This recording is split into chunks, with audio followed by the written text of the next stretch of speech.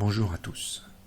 Nous allons commencer cette série de vidéos par aborder les différents blocs de base nécessaires pour construire un circuit en électricité. Nous allons commencer par les dipôles. Un dipôle est un composant qui dispose de deux bornes, que nous allons ici appeler A et B. Entre ces bornes, nous pouvons définir une différence de potentiel V égale à VA moins VB.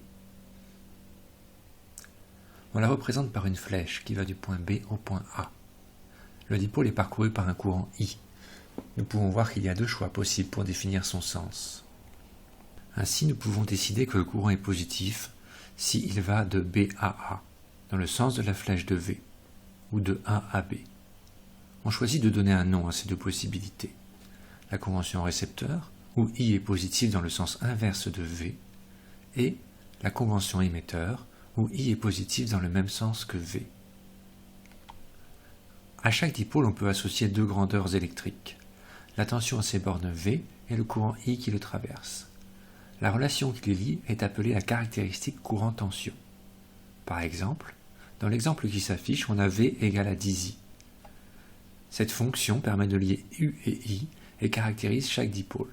Elle peut prendre n'importe quelle forme. Le point vert est appelé point de fonctionnement. Voyons voir maintenant les différents dipôles de base. Le premier est le générateur de tension. Son symbole européen est représenté ici. Il est représenté en convention générateur. Il fournit une tension connue, E de T, quel que soit le courant I fourni. S'il fournit une tension constante, nous utiliserons plutôt ce symbole. Un exemple de générateur de tension constante est une pile. Le second est le générateur de courant. Son symbole européen est représenté ici. Il est également représenté en convention générateur. Il fournit une intensité connue, I de T, quelle que soit la tension à ses bornes. Ces deux dipôles, le générateur de tension et le générateur de courant, sont dits actifs. Passons maintenant au dipôle passif. Nous commençons par la résistance, dont le symbole européen est représenté ici. Elle est représentée en convention récepteur. Sa caractéristique courant-tension est simplement U égale RI. R est appelée résistance et est exprimée en ohm, représenté par le symbole oméga. On peut voir que le courant qui traverse une résistance est inversement proportionnel à sa valeur.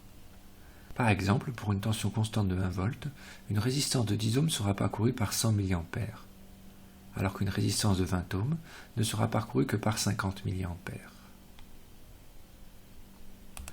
Voyons maintenant les condensateurs, dont nous pouvons voir ici le symbole. Ils sont représentés dans ce schéma en convention récepteur. Ce sont des réservoirs à charge. La tension à ces bornes est l'intégrale du courant le parcourant.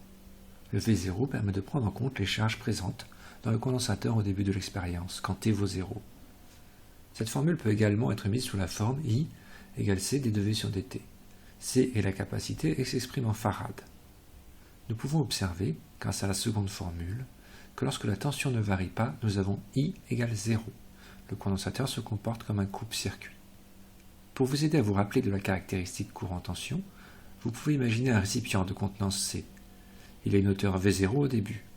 On ouvre un robinet I de T pendant un temps T, qui crée une hauteur supplémentaire, l'intégrale de I de T. Finalement, le dernier dipôle de base est la bobine. Elle stocke l'énergie sous forme magnétique. La tension à ces bornes, V, est la dérivée du courant I qui la traverse. H est l'inductance, exprimée en Henry. Nous pouvons observer, grâce à la seconde formule, que lorsque le courant ne varie pas, nous avons V égale 0. La bobine se comporte comme un fil. Au cours de cette vidéo, nous avons vu 5 dipôles de base, 2 générateurs, le générateur de tension et de courant, ainsi que 3 composants passifs, la résistance, le condensateur et la bobine. Ce sont les briques de base de tout schéma électrique.